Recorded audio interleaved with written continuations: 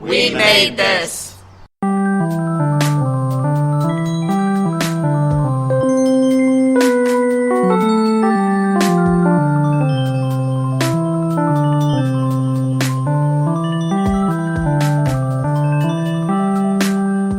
Hello and welcome to episode 2 of Life's Milestones, a podcast by me, Mark Adams, a Humanist Celebrant. This is the podcast about naming ceremonies and birth, marriage and relationships, and funerals and death. Once a fortnight, I speak to a different guest and ask them a similar format of questions that do change organically depending on how they answer. My guest this week is Fraser Somers. He's a friend of mine that I've known for 10 years now, and we've been great friends for that time, despite a big age difference, him being, 15 years younger than I am. We've got such similar tastes that we always got on. Essentially, we're both massive geeks into things like comic books and film and video games and all of that sort of stuff. We have, in the last 10 years, produced a huge amount of online content together, including a year's worth of a podcast called Geek of the Week, various videos on YouTube, and lots of other weird and wonderful geeky projects. Fraser has a master's in media production, which means that he has worked for KMTV in Kent, and he's worked at the Nicolodeon Park, and you could, and I'm not exaggerating here, you could see him working for the BBC in future. He's a friend of mine that I'm so proud of for how he's lived his life, how he's made the right decisions for him, moved around the country and got the qualifications he needs to progress onto what he wants. And it's such a pleasure to have him on this podcast because I think he's really interesting. I also think the way I've scheduled this, with Fraser, who is young and not in a relationship, never been married, following on from Guy Otten, who was the guest on the last episode, that you'll see a contrast between their two interviews. This was recorded quite a while ago now. I think it was February, because I trust Fraser. It was the pilot, and it was good enough that I thought, it's great, let's get it onto the actual podcast itself. It does mean it was recorded pre-coronavirus, so there is no acknowledgement of the current situation in there. That has its advantages and its disadvantages, and the coronavirus has affected my work as a celebrant, and it has affected the scheduling of this show, which I think I touched on in the intro to the last episode. But that's it from me. I'm going to hand over to past me, I suppose, and Fraser. My guest today is Fraser Somers. Hello, Fraser. Hello, Mark. How's it going? I'm alright, how are you? I'm good. Not too bad. Excited to be the guinea pig of this experiment. We're going to go through the standard questions. Everybody gets asked the same, but they do kind of change depending on how you answer some of the questions, but that'll become self-explanatory. Yeah, that'll be self-explanatory. The flow. Disrupt the flow by, like, putting a dam in there and being like, no, this question needs to go in. First question is, how old are you? Oh, that's a very good question. Many people won't believe it. 24. You've never looked your age? No, I'm pretty sure from when I was born, they probably still thought, hang on, this is still supposed to be inside of you. Wow. That's a bit of a morbid image. I should have just gone for a younger one, being like, are you sure this baby's just not growing? Do you still get ID'd for everything? Including energy drinks? Lottery tickets, yeah. Lighters. Energy drinks is like 12 years old, right? It's 16 now, 16 energy drinks. Now, I remember once being ID'd for, like, at the time, I'm glad I got ID'd, because it was like Sprite had just released, like, this energy drink version of Sprite, and I bought it thinking, oh, it's a cool can, and they were like, do you have ID for, like, being 12? And I was like, I've got my planner, from high school, and I was like, I'm not high school, so clearly I am the age. And then I was like, why are you being so picky about Sprite? And then I realised it was an energy drink. I was like, oh, I don't want that anyway, I want that. And if that was me now, I probably wouldn't drink Sprite either. But can you still get... Do you reckon you could still cheat and get, like, child fares on buses and things? Oh, yeah, because you used to do that when you were 18, I remember. Well, I still did it before, like, 2020, one of my New Year's resolution was being a bit more honest. What, and not having child fares anymore? Yeah, so... and also paying for the tram as well, which, it was so bad. The first time I came back to Manchester in 2020, I just forgot to pay for the tram, and I was like, no, this has ruined my New Year's resolution already. So you failed your New Year's resolution in January? But, to be fair, I got on the tram again, so then I managed to bring it all back together, and I did pay for it. But I was like, man, this is so expensive. It is expensive. This is why I don't pay adult fare all the time. Like, most of the time I've got a 16 to 25 rail card, and I'm down to doing self more. It's true. That was a terrible London accent. I don't know. That wasn't a London accent. That was just my voice coming out. I don't know what it sounded like. No, but that's better. The London one. I was like, doing self. Sounded. That's Scottish. I think that's what it was. That's North, dear. That's a bit of Scottish heritage coming out for you. Well, it's because you've got a very Scottish name. I have Fraser, and the Somers is Irish. Oh, there you go. Multicultural. A little mix there. So you've kind of actually answered the next question, which is where are you from and what's your background? You sound Mancunian. Yeah, I am from Manchester. Born and raised in Manchester. Moved to Aberystwyth, middle of nowhere, Wales for uni the first time around, and then now I'm down south in Kent for uni part 2. Masters, right? Masters, yeah. What's the thing? Jack of all trades, masters of none, or something. I'm trying to get a masters in something, and it's all sort of mixing together. Well, interesting enough, actually, I mentioned there about my name because it's quite funny. So my granddad was very Irish, proper, and my parents were dead worried because he wanted me to have like a proper Irish name, so they didn't tell my granddad my name for like the longest time until one day it must just have slipped out one day and he goes, Fraser, that's a good name. I was going to do an Irish accent, but it might have turned Scottish.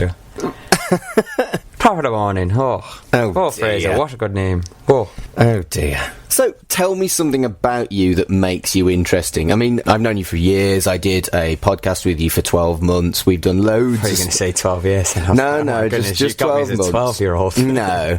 And there's loads, and if you look hard enough, there's loads and loads of stuff of you and me doing random media stuff on the internet. If you found my YouTube channel, then you've probably found videos of you and what me. I look like. And you go, you do not look your age. You're right. You're Peter Pan. But since then, tell me about what makes you interesting.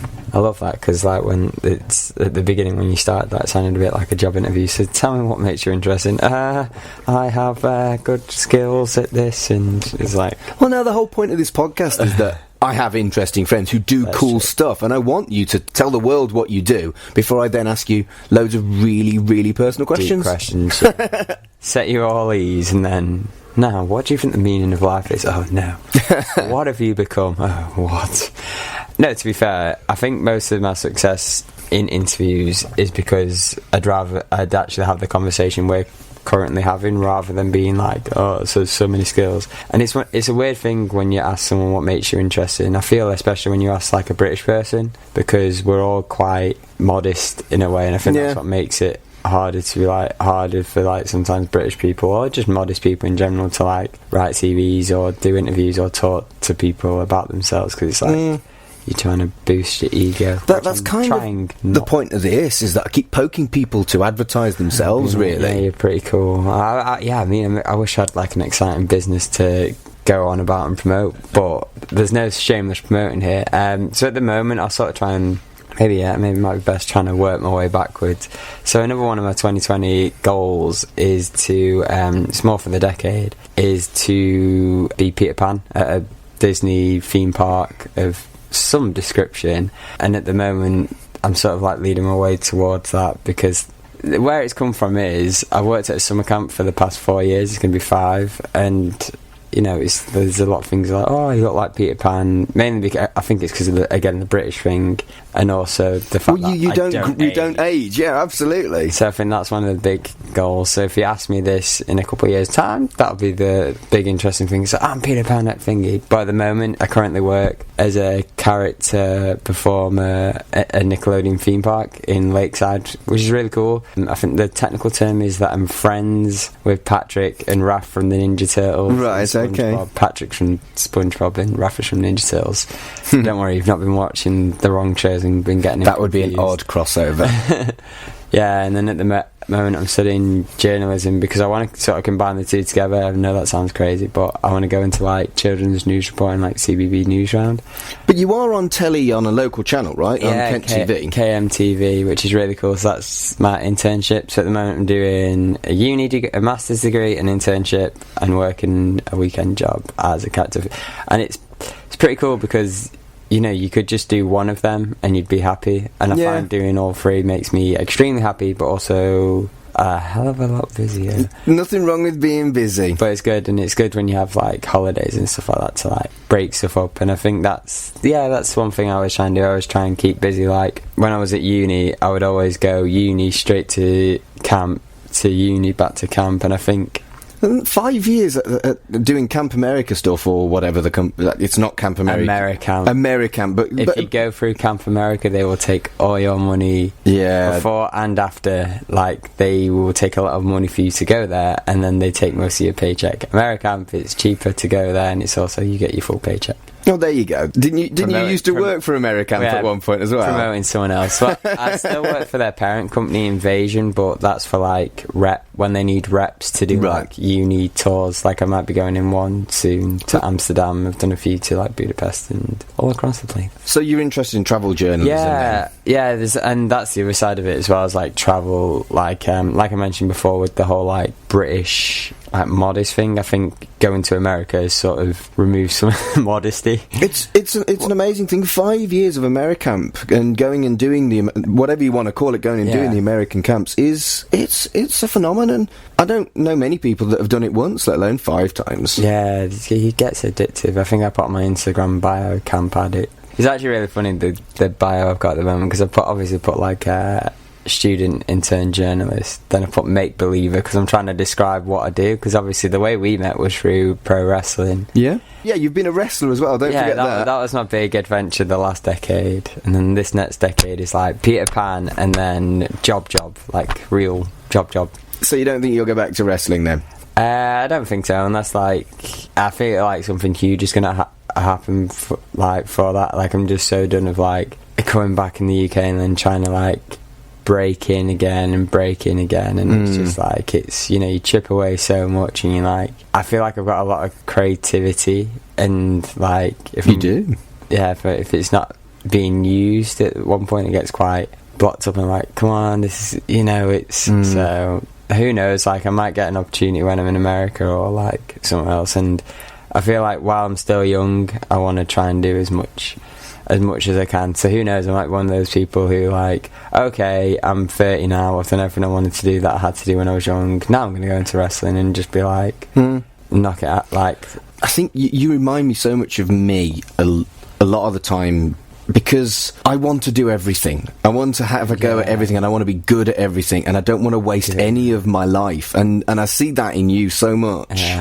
And one of the reasons I think we're so close friends, you know. Yeah, exactly. No, definitely, and it is one of them, innit? Because I think it's because we've both had times where we feel like we have wasted our time, and ironically for me, a lot of that was through wrestling. Well, you don't get it back. You don't get the time you've wasted back. You don't get a fully functioning arm back, or a full tooth, or what other injuries did they get? So wait, you're talking about your wrestling injuries, right? Yeah, of course.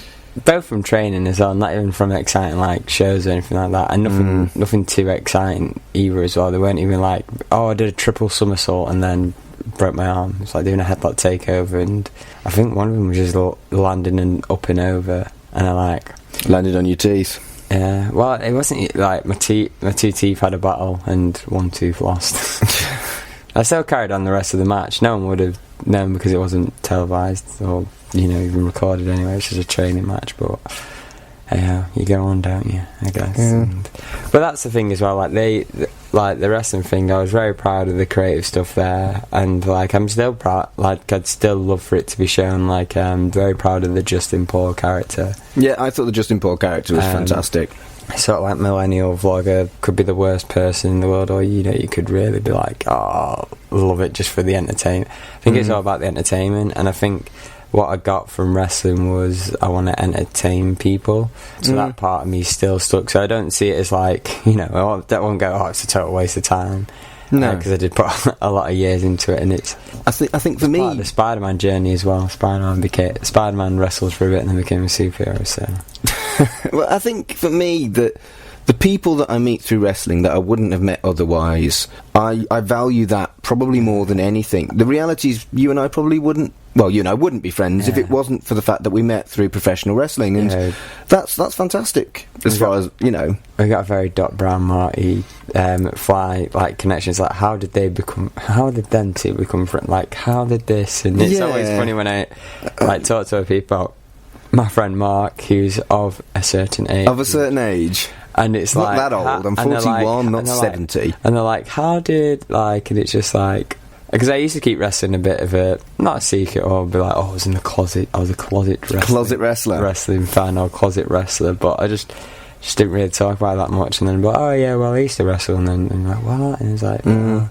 I think also, another thing wrestling sort of helped, and didn't help with, for the latter, definitely for the longest time, was like body dysmorphia. You know, you have to look like a certain way, and I guess that was difficult to find out when you're a teenager, growing up around adults, gigantic humans. Yeah, adults, and also your fellow teens who are like hitting puberty way before you. I only hit it last week, so you know, still catching up. I'll let you know when I've got a mood swing halfway through the through the podcast. But no, I think that was difficult as well, and I think that's why I identified with Spider-Man so much, because he was this teenage hero who was around.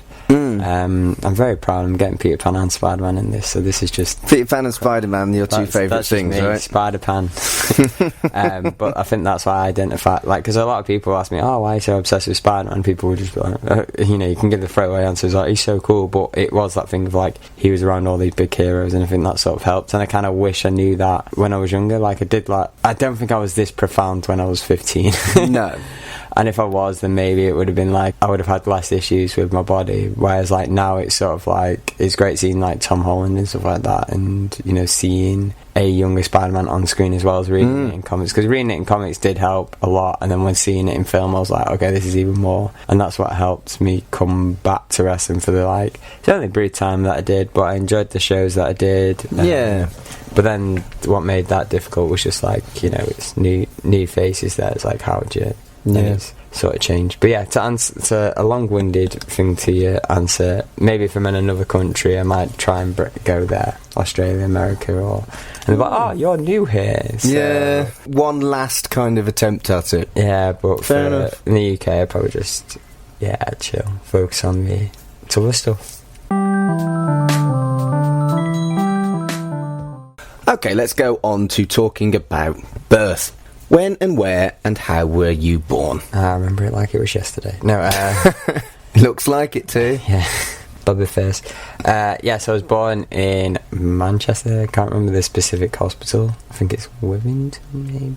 There is a Withington hospital. Yes, where I was born in it is a different situation altogether. That'd be terrible if I had like a Wikipedia page, because even I don't really know. Yeah. But yeah, just born in a hospital. I think a couple of weeks. I think I was supposed to be born in February. Or at least that was always the excuse my mum gave when my birthday parties were in February and March rather than January. Legit. I did have a very cool surprise party once when I was 16. My mum managed to plan it with all my friends, which was very impressive because I didn't know she knew the contacts for my friends. And it was a very cool surprise party in pizza, which I was very obsessed with at the time, and all our friends were, and that was one of the greatest birthdays. But that was also in March, so in March, okay. You can imagine it was a very good surprise party. But no, yeah, I think that's one of the things that's always been interesting, is sort of like being born in January. People might talk about this, is, you know, everyone's so broke from December that like you don't less and less celebrate it now. But one of my new decade resolutions was, because my birthday last year was so depressing. I was in work, and I was like, the days before it were great because I did stuff, but oh my goodness, like, and it was a long shift. It was like the Sunday shift when I used to work at Power League, and that was like the longest day, like, because it was nothing would be happening, right? You're sitting on the desk and I'd be like, oh my goodness. And I think I was ill as well, or it might be when I was like, had this hole on my right side of my cheek was just ballooned up. Oh, I remember that.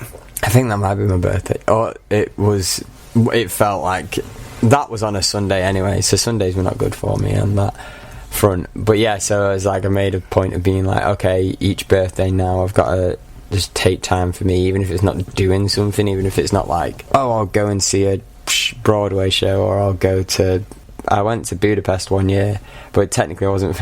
It's like, you know how people say, oh, I didn't go for my birthday. Like, I went like with Invasion to rep a trip, but it was also like, oh, it's my birthday, so yeah, which is nice. Cool. I've never spent my birthday abroad, I don't think. Yeah. But do you really value birthdays then?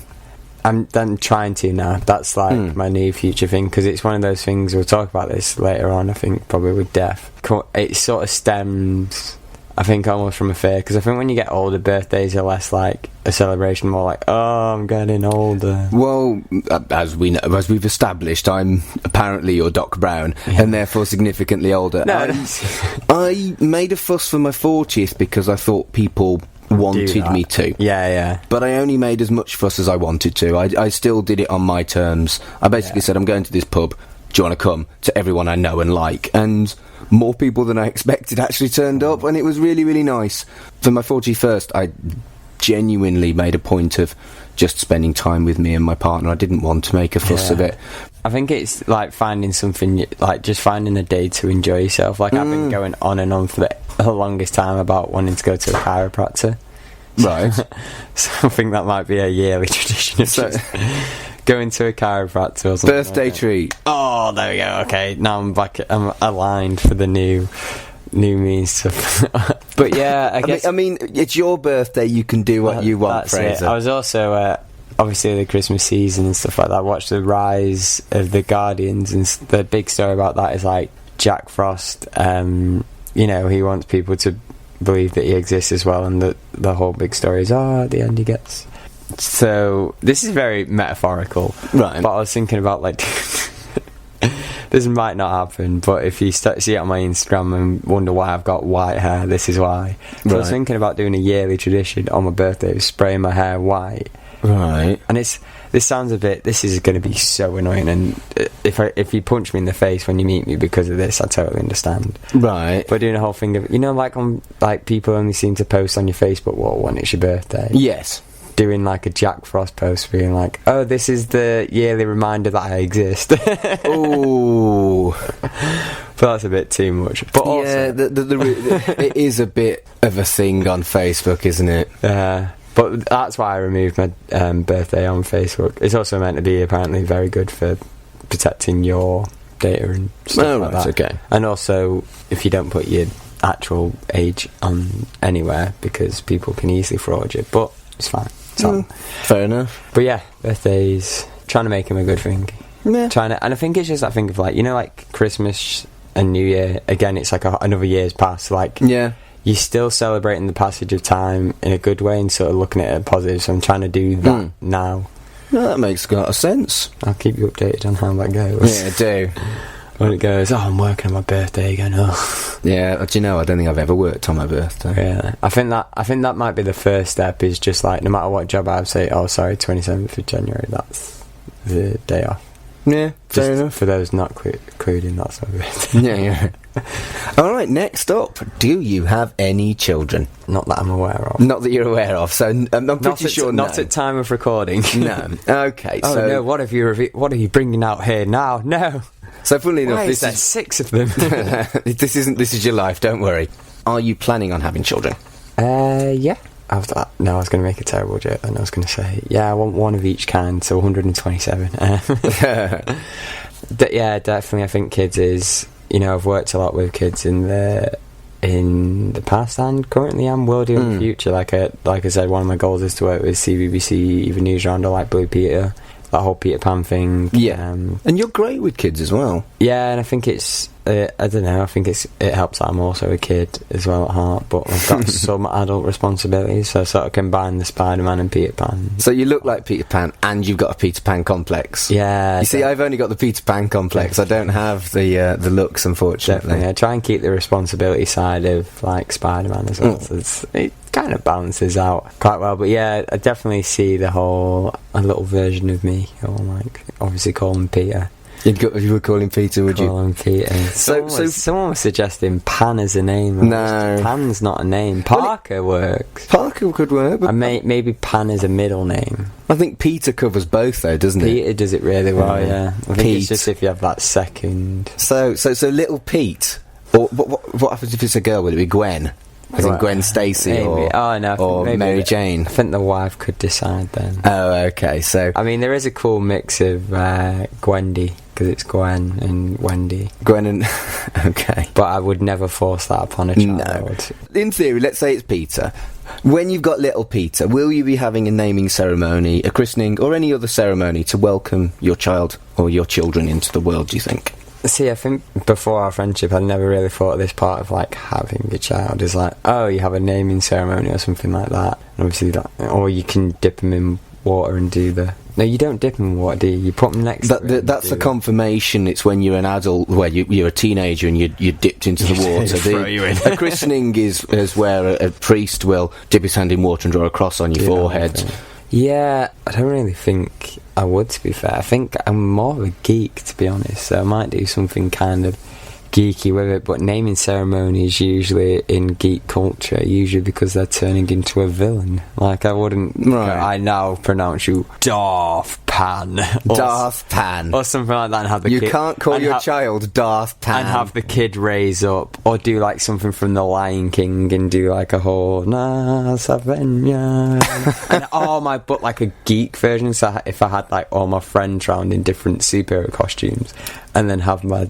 Or, like, Disney costumes, depending, and then they could be in the Peter Pan outfit, and I could be like raised up. It sounds like you're convincing yourself that you do want a naming ceremony. Well, yeah, I guess like get the geek, a very geeky naming ceremony. Yeah, and I think that's really the really cool thing about like. Because naming ceremony doesn't really put any connotations on it. It can literally be anything you want. Exactly right.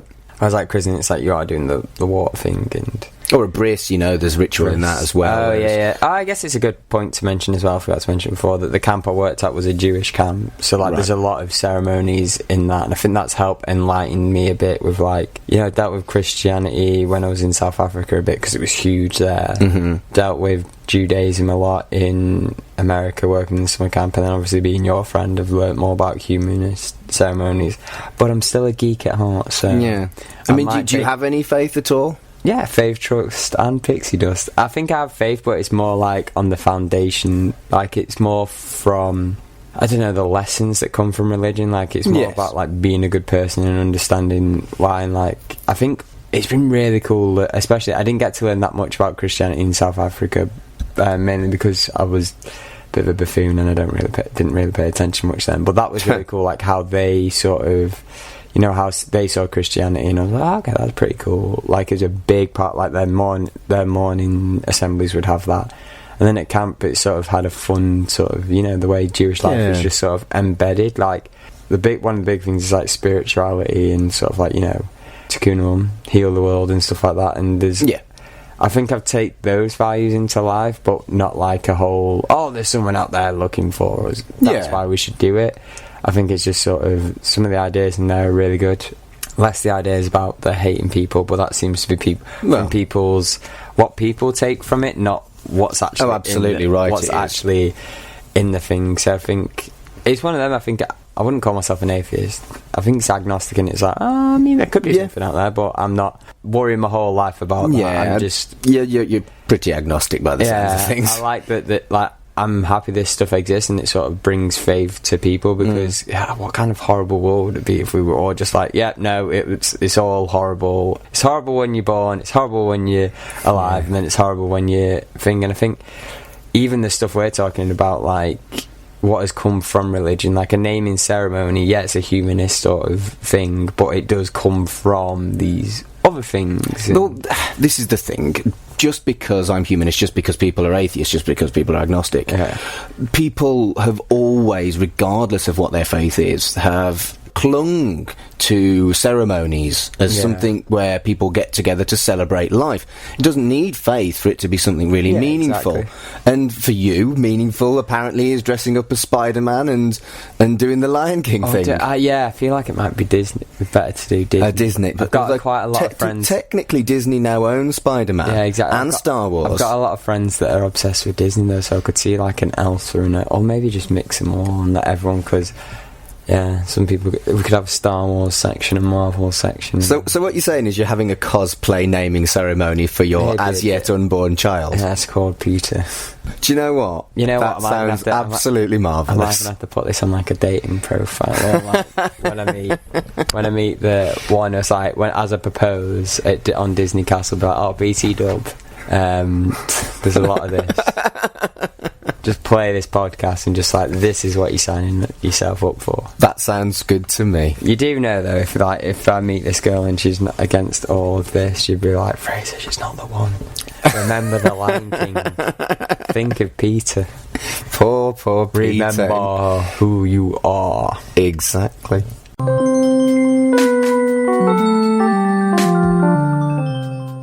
Alright, so let's talk about weddings. Obviously the first question is, are you married? Not of time of recording, or that I'm aware of. not that you're aware of.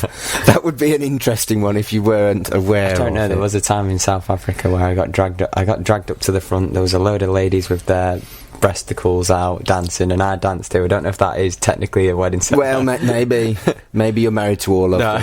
No, I don't think so. Just trying to confirm that wasn't. That was actually how they welcomed a UK school into. What, with bare-breasted women? Yeah, and of course me. How old were you? The youngest. The youngest looking of them all was sent to the front. I can't remember how old I was. I might have been like 15 or. Good grief. 15. I hadn't hit puberty yet, so I was like.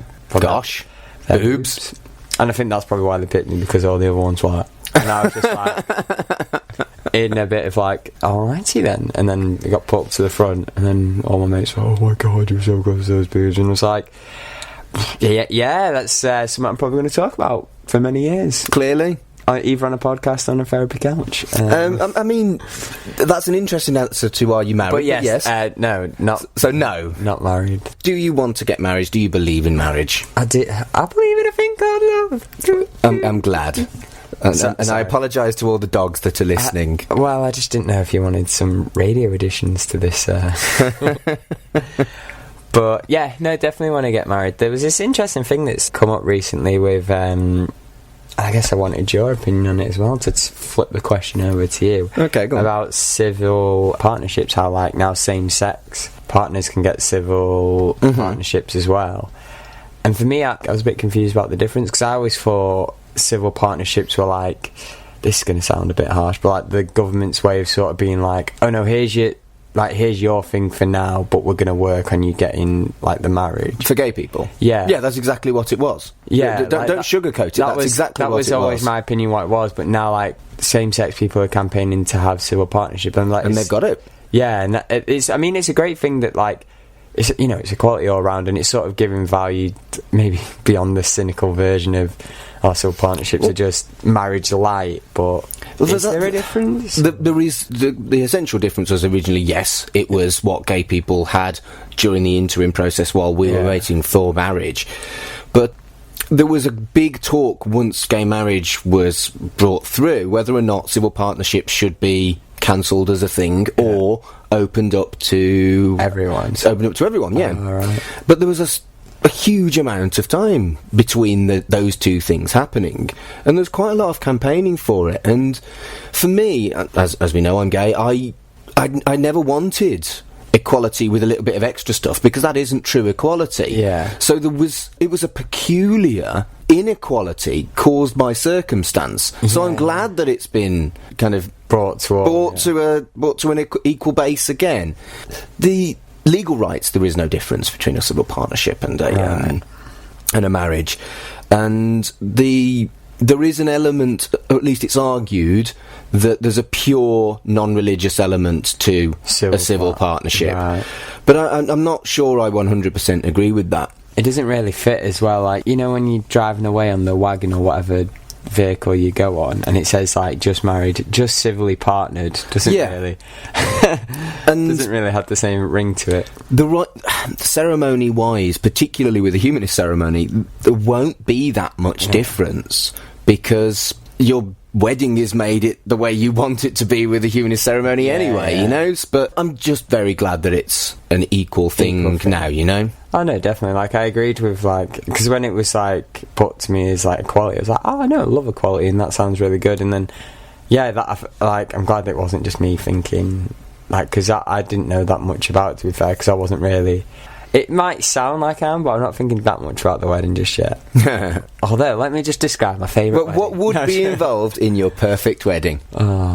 Again, it's probably like cosplay, but not as costumes. There's like, what? I don't know, superheroes in civilian wear. I don't know, because I've already got like a Spider-Man suit from... You want to get married to Spider-Man?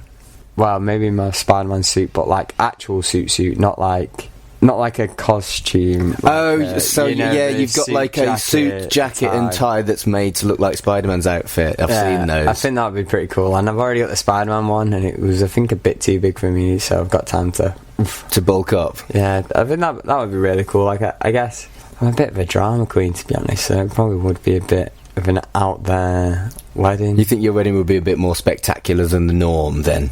Well, I don't know. I think it'd just be a bit. I think people would go, "Oh, this is a bit extra in it," and it's like, and then people would go, "Yeah, but it's Fraser in it."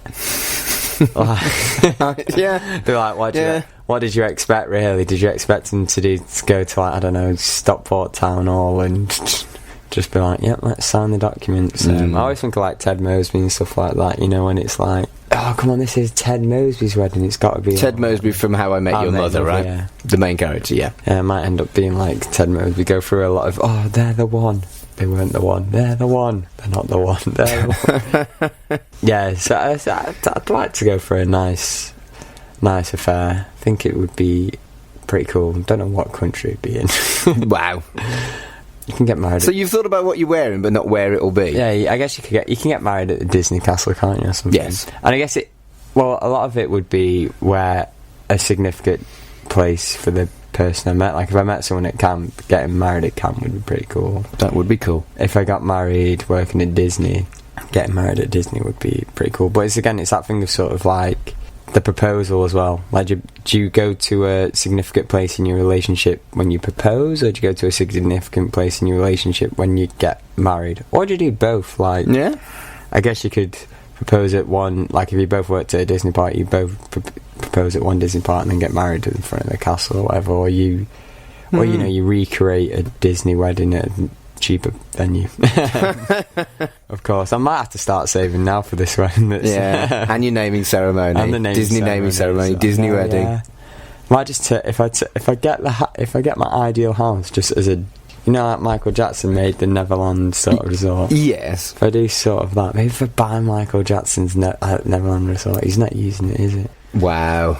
We'll talk about death later on in the podcast. No, yeah. But these are very big ceremonies that I can see you. They're it's almost like they're life's milestones. Yeah, no, I can just see you chomping at the bit, being like, "Oh, that's going to be a big payday for me. Oh, another big payday for me. Love that." As if that could be a nice holiday to a resort. Could. And you never know. Also, I might find the one in Manchester Arndale. Well, and get married in the Arndale. Yeah, get married in the Arndale Centre at Taco Bell. Get married at Taco Bell. Oh, bar burrito. And then the rings in the burrito. Take a munch and... Wow. There you go. Did I ever tell you about the story about when, this is a tangent, but I went to Taco Bell and I bit into a burrito and they had, you know, the bottle cap? Yeah. From, like, the sauce. It was in there. And I bit into it. And that's not very romantic. That's not a ring. I was like, oh, yeah, I know, yeah. Could you imagine that as a proposal? Oh, thank you.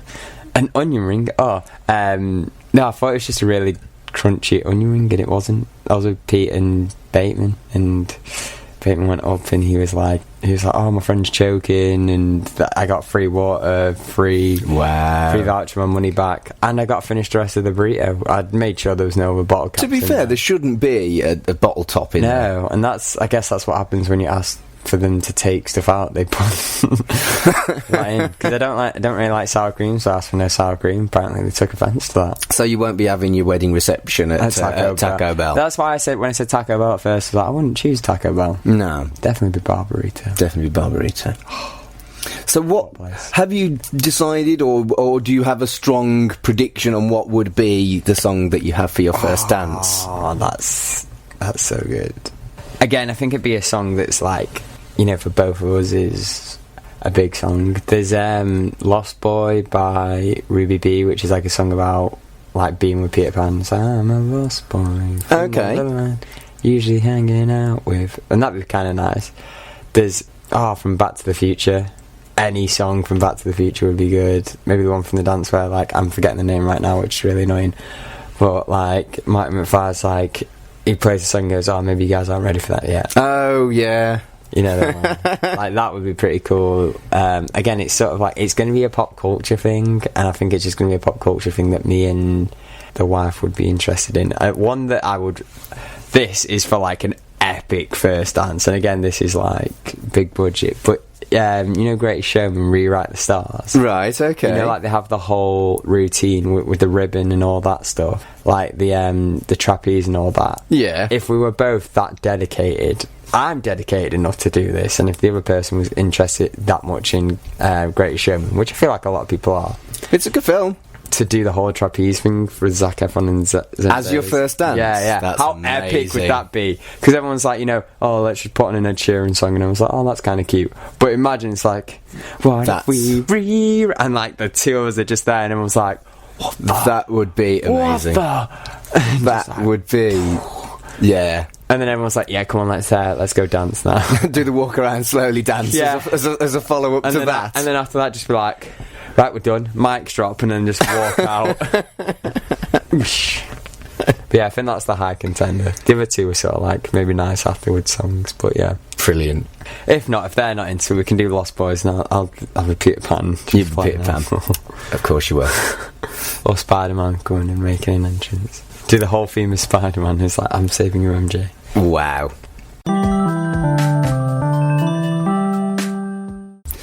Shall we move on to talking about death?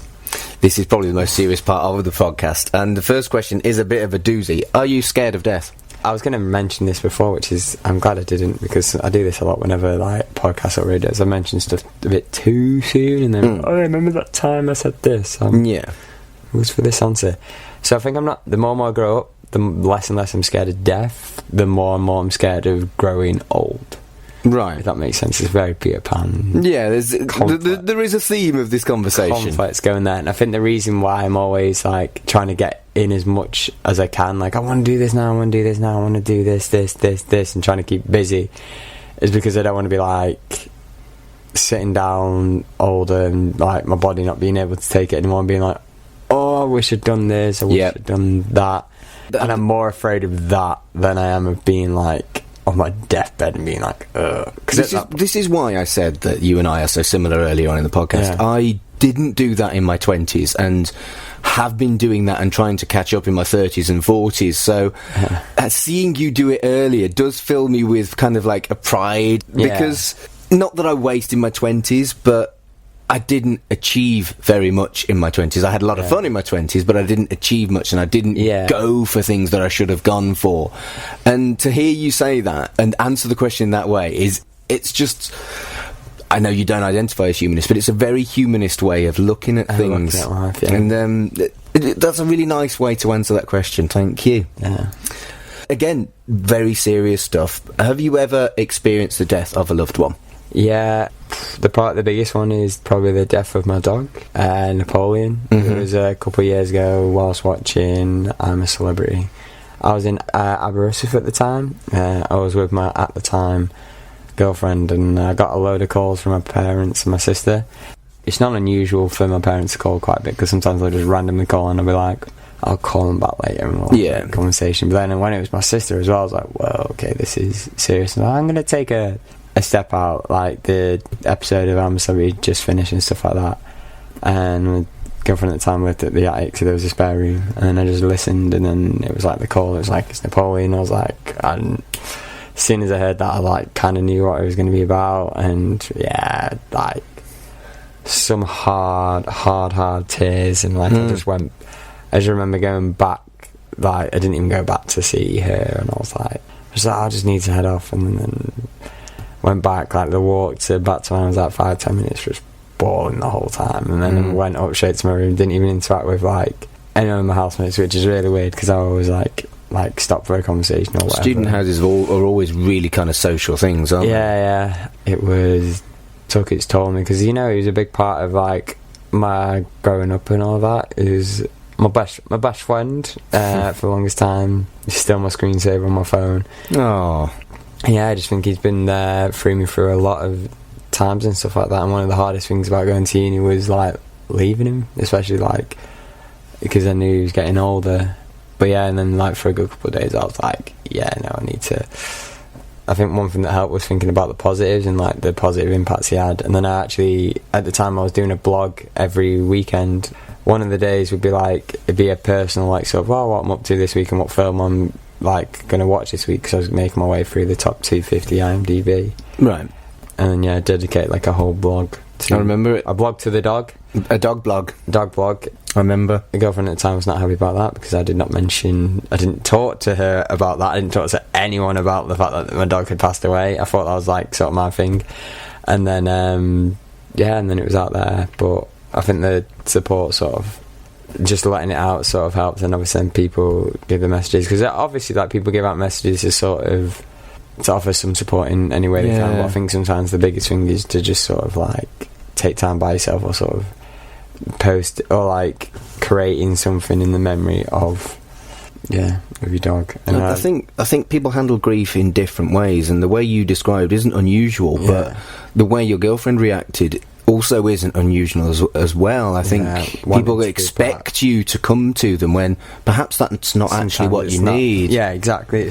That's why I sort of understood their position. I was like, I understand that, but like I did what I needed to do. And I think one of the things that sort of helped me through the process was I want to say like maybe a month or like a few weeks more than a month, I'd seen them and they'd been like, oh no.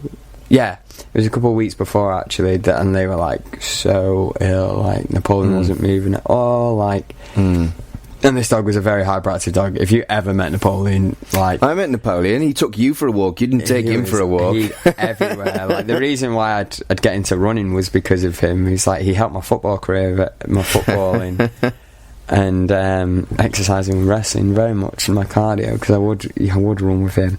And he was one of them, whenever you stroked him, that was it, you were stroking him then. Do you know what I mean? He wasn't he wasn't needy, but like for you doing it, you were doing it for the long run. And yeah, like a couple of weeks before he did pass away, there was this, he was like, wasn't moving, didn't look like, wasn't up for eating. Literally any time you had food, I would make extra food, because I knew he would want some, so I used to share food with him, which was very cute.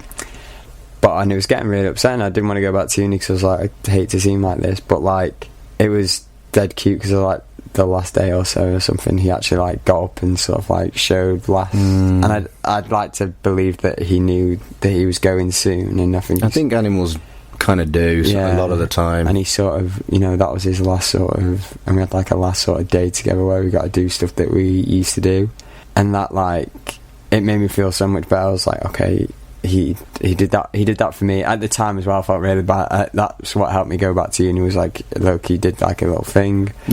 Hopefully when I see him again, he'll either be better, or you sort of come to terms with it. But yeah, I think that sort of helped. But man, so many tears. That was like Endgame, Toy Story 4, all the films, and rolled into sort of like.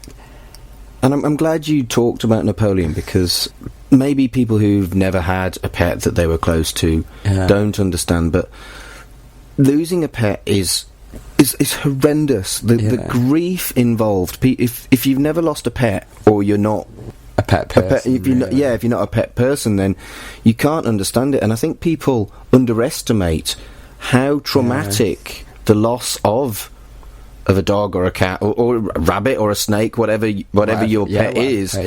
You're a dog lover, I'm a cat lover. But I think people underestimate, and it's not helpful, when people belittle the grief of losing a pet. Or when they say, like, oh, why don't you just get another one? Yeah. Like, it's to be fair, that was the solution for me, but it isn't the solution for a lot of people. Yeah, like, I think sometimes it's just like, you wouldn't say that, you know, if you lost a kid, you wouldn't say, oh, why don't you just get another kid? Exactly.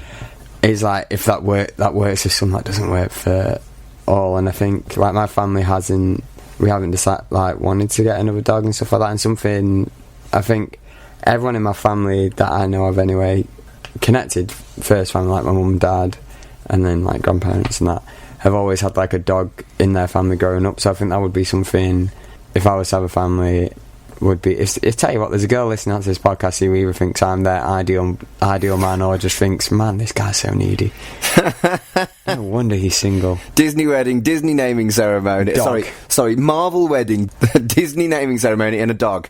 If that's the guy you're looking for, Fraser is for you. And we can do a superhero wedding ceremony from all Star Wars, any themed. I'm not too picky. Dog, of course, as well. If you've seen Marley and Me, I feel like that's the ideal setup. You know, you get together, you get a dog together, and then you get the kid. I could just do this by myself as well. You could get a dog. That might end up being the case. Get a dog. But yeah, I think my own version of the song Father and Son is find a girl, settle down, get a dog. If you want, you can marry. Brilliant. But yeah, I think like that would be the biggest thing is for Peter. So a pet dog. Yeah, no, you know, Peter Barker. Yeah. Peter Barker, really? You can't have a child called Peter and then a dog called Peter. Okay. And just shout, Peter the dog. Peter. No, because you have to say their full name then. Peter Barker and... or what was the other one I was saying? Booster Golden Retriever. Booster Golden Retriever. Booster's a nice name for a dog, to be fair. That is quite cute. Especially if it's a Golden Retriever. Just... Mummy, why is the dog called Booster? Because your father is a nerd. Yeah, that is true. That is undeniably true. Going back to serious stuff, do you want to be buried or cremated?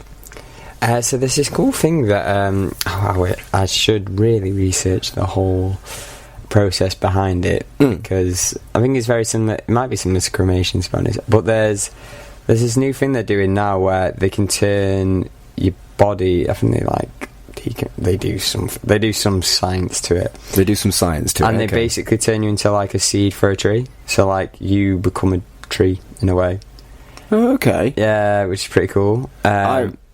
I have not heard of that. Maybe that's something I need to research myself. Yeah, I'm supposed to know these things. Yeah, I heard it on a podcast, so I don't know how legit it is. Okay. I mean, it was a legitimate podcast. Depends on the podcast, I suppose. Yeah, suggestible. Because I think that would be a nice thing. Sort of, the way that I've got over my fear of death is sort of looking at the positives I can do after life. Like, has this really good quote about how do I live forever? And it's like, well, you can't live forever, but you can live through people's memories. And it's like, oh, should I write a great thing or just be like, and just like do kind acts, be remembered for your kind acts. Yep. And I watched the film Last Christmas. A big part of that is like organ donation, surprisingly, you know, because the song's like, that's great, I gave you my heart.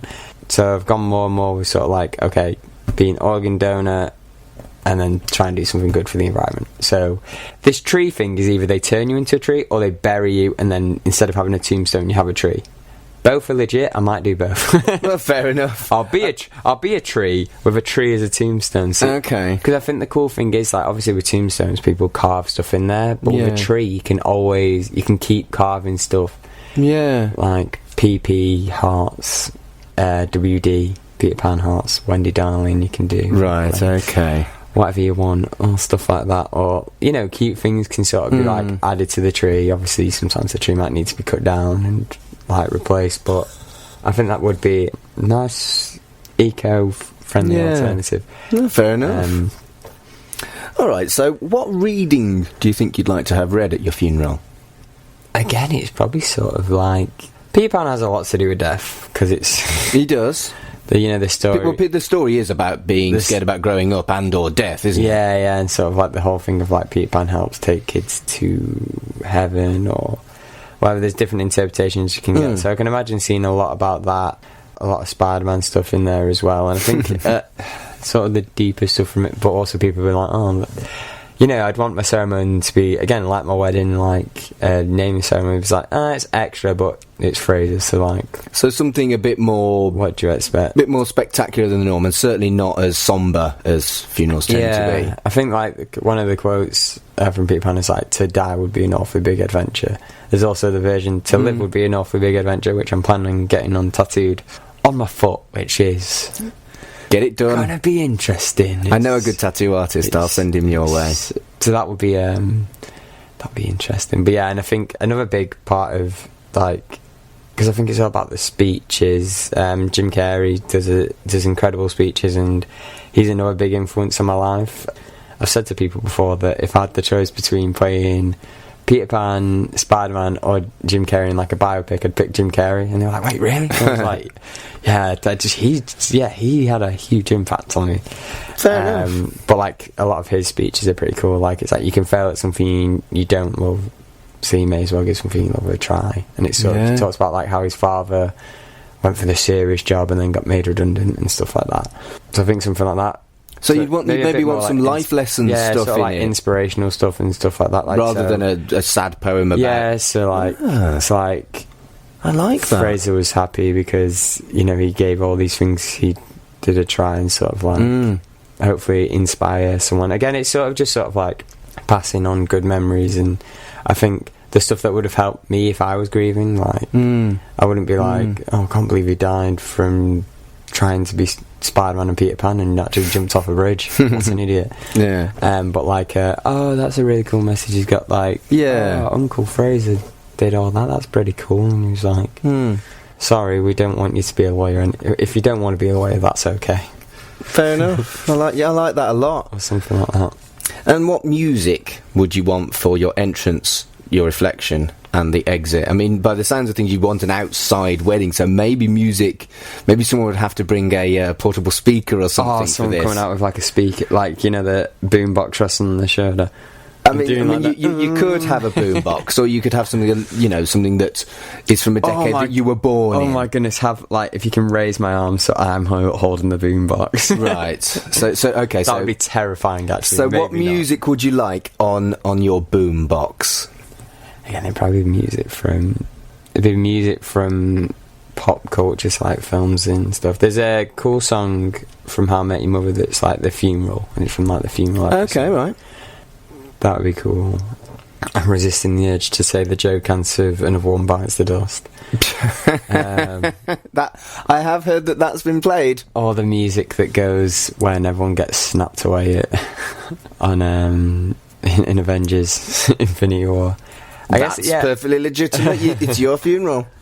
But no, yeah, I guess that sort of like it would probably be music from a film. Probably like I remember in Spider-Man there's the funeral one where like Peter's doing a monologue. That would be, I think, would be cool and stuff. And there's like, there's so much somber like Peter Pan stuff, like the flying stuff in the Lost Boy, like I mentioned before, and obviously. But I think it'd be upbeat stuff and stuff that again was relevant to myself. Be nice. And if there was like a special song that was important to either like me and my family or me and my wife at the time, if there's like this is the first song we made, this is the first song we heard together, so this is the last song we're going to hear. Yeah, and I guess this is a snapshot of your thoughts now. You don't have to, this isn't change. Set in stone. This is just... I could come back next year and be going through my emo phase and go, I want My Chemical Romance, The Black Parade. I don't think that. No. You know what I've done with myself with that song? This is total relevant talent. So there's like a remix of that with Mariah Carey's All I Want for Christmas Is You. Oh, so now in my head, that song is in my head as a Christmas song. Wow. So I started listening to it at Christmas. Like Rage Against the Machine is a Christmas song. Yeah, like I'm just thinking when you said reflection, I'm just like, maybe Mulan. What will my reflection show? Who I am inside. Right, okay. No, I tell you what, it'd be Jedi funeral music. Jedi funeral music. Well, fair enough. And then just fade away. In fact, if you're saying I can become a Force ghost, then that would be definitely a choice. I've thought actually about again, because we talked about one way I've tried to get over my fear of getting old is looking to old Luke Skywalker. And you know so he goes to Act 2 to sort of like be like, oh, I'm going here, and almost like a retirement. I think I'd like to retire there because it's an island in Ireland, and if I have to get old, I'd like to get old where Luke was. And there's puffins. Exactly. Not porgs, puffins. Wow. But I think that would be my way to conquer my fear of getting old, is just be like, right, I'll be old Luke. The music of my funeral will probably reflect how old I am at the time of my funeral. I have a feeling I might die young because I just don't have that great of luck. I feel like I'll take good care of my body, and then I get ran over by like a drunk driver. Wow. But you don't know, do you? No, exactly. So if I was younger of age, it'd probably be the stuff I'm saying now. But if I'm older of age, I'd be like, yeah, anything to do with Luke's song, you know, the two suns looking out. Yeah, we can go to that island, bury a tree there. Brilliant. Eco-friendliness. So that's pretty much it. Thank you so much for being on the podcast with me today, Fraser. No worries. Where can people find you on the internet? And do you want them to find you on the internet? I know, yeah, that's a good question. I thought you were going to say, where can people find you? Well, I usually walk around on these days. I'll do this. And so on the internet, I think the best place to probably find me is, the place I like the most is Instagram. So I'm at spider_pan_. Don't want to get into the name. There's someone who already had Spider-Pan. They've got like 5 followers. Will they delete their account? Probably not. There's someone who's already took Spider_Pan. You can't have hyphens in your name. Again, that person's got like 3 followers. Not that I'm bitter. It is sad. Not that I'm bitter, but I've come to terms with my... Yeah, I've come to terms. Instagram's probably the best thing if you want to see some cringy... I was going to say... Geeky stuff, mainly. Geeky, there's pop culture references in there, there's a bit of cheese, but it's all mixed together to sort of best illustrate my personality. Yeah. And there's loads of you and me on the YouTube. Yeah. On my YouTube channel mainly, but also on your YouTube channel as well. Yeah, the YouTube channel's Spider-Pan. No hyphens or anything. Not that I'm aware of at the time. I probably should double check that. I forgot that I had the YouTube channel. But I might be putting more stuff on the YouTube. But like I say, if you follow me on Instagram, I usually put, because I feel links. like that's where I've got the most there, I'll put like links there. There's a good place to look there as well, because I put some wrestling stuff on there. If you're interested in wrestling, you'll see that there. Don't really put much Nickelodeon stuff on there because, you know, I'm friends with Patrick and Raph. I'm not actually them. Right. And then stuff like with the TV stuff and the journalism stuff, I'll keep stuff updated on there. And who knows, I might have to, in that job line, get more social medias, like get a Twitter, but don't have the best of luck with Twitter. You're not a fan? No, it's just hard to get the followers. I always find. I feel like my friends aren't either on that, they're either on Instagram or something else. Mainly just Instagram. Mainly Instagram. You see, I think this is a generation thing. I don't like Instagram, but I know I need to get better at it. So maybe we can get together and we can like help each other. Yeah, definitely like a support thing. And if you are, if you've heard my naming ceremony ideas, wedding ideas, and you think, oh, this guy's the guy for me, feel free to slide into my DMs. Wow. If you're interested. Have you got any other plugs other than trying to get a date? I guess I could promote other people's stuff in a way. Like, if you are interested in going to America, I would highly recommend it. And if you're ever worried about, like, working at a religious camp and not being religious, feel free to have a chat with me. Again, like, you can DM me, but I've done articles that I feel like I've posted somewhere, but I would actually be able to give you a link to them if they're not available to everyone, of like working at a religious camp and how it's not actually that intensive as you thought. I definitely recommend Americamp if you're checking that out. Give it a Google, you'll be able to tell which one it is. If you want to do that summer camp experience, if there's anything else. How can people watch you on telly? On telly, it's KMTV, so if you Google KMTV, you can watch it on there. And KMTV stands for? Kent Messenger Television. Okay. Yeah, so that's pretty cool. If you live in the Kent area, you can see it on just normal telly, I think something like Channel 8 or something. Yeah, you can see me on telly. I usually talk about like what's ever in the paper or what's trending on social media, which is always fun because it's always stuff on Twitter and I'm like, oh, here we go. This is how I go on Twitter, using someone else's account and going, oh, actually there is some good stuff on here. I mean, it's stuff I've also seen on Instagram and elsewhere, but it's kind of cool. The worst of it was like last time, because it was a horror trailer that I had to see on Twitter. I was like, oh, my two enemies. But yeah, I'm trying to think if there's anything else that I should really promote. Oh, I've sort of accidentally turned into an actor when it comes to, like, I did Thorpe Park, I've done, you know, the Nicolodeon, I was a party host for a bit as Spider-Man and stuff like that, amazing, with Cat at Noodle. If you ever want a party, superhero party with your kids, Noodle is the one to go to. I probably won't be the superhero anymore. Definitely recommend that. But yeah, look, Noodle Performing Arts is what you're looking for on Facebook for that. If you're ever thinking about just going for an audition or something, like I just went for a Thorpe Park, I went for the Noodle audition. It worked out really well because of my camp stuff. I thought, oh, I'm a campy person. And then because of that audition, I went to Thorpe Park, got to work at Thorpe Park as a scare actors, and people were like, how do you get into that? It's like, literally just go to an audition, and then Nickelodeon again, same thing, and then Disney. I have passed their audition once, but they didn't need someone my height at the time, and then I went to uni. So I go to that audition again. So yeah, just look online for auditions and stuff like that, if performing arts, because I imagine you're going to get loads of different people, so I feel like I should, if it interests people, performing arts, just go for it, go for your audition. And if you are scared and you're going for a Disney audition, hook me up, we can go together. You know, I've made a plan, decade or year plan to be Peter Pan, so I go to loads of these auditions and I'll come with you for more support. Instagram's the main one. Well, thank you again, Fraser. It's been an absolute pleasure to have you. Thanks again to Fraser for appearing on the podcast. I just love spending time with him, and he was a natural choice to test out this format, and I'm glad that it worked, and I'm glad that I could bring that to you on this particular episode of the show. I do love the different perspective he has to Guy, and I'm really hoping to get as diverse a group of people on this show. I don't just want to be interviewing people that I'm comfortable with, people that are similar to me, people even with similar beliefs and outlook on life to me. I want a podcast that shows all of humanity's wonderful diversity. I have mentioned in the past that it's small businesses and friends that have small businesses that I was looking at focusing on for this show. I just don't know what's going to happen with the coronavirus situation, but that is the long-term plan of the show. I've got plenty of interviews recorded and ready to go, but it's just a shame that I can't use my podcast to help out friends whose businesses are currently in furlough.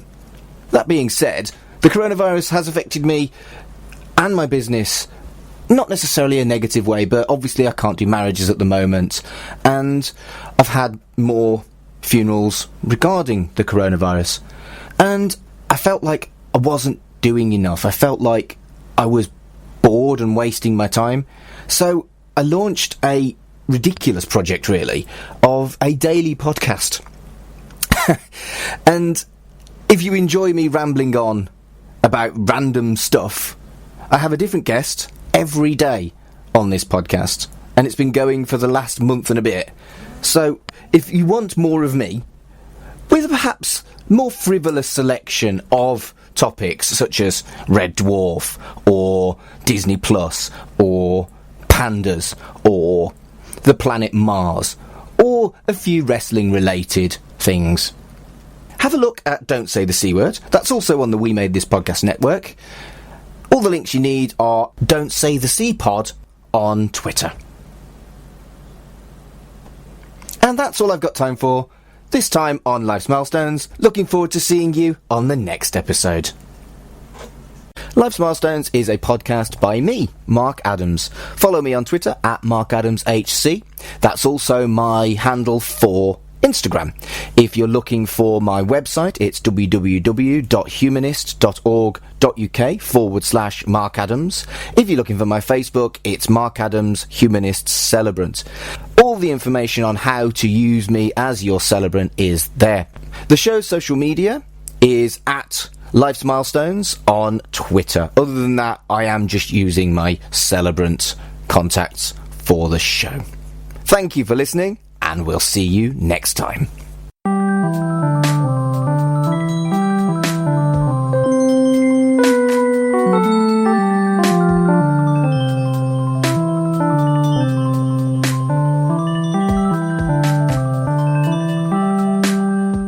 Previously on the We Made This network.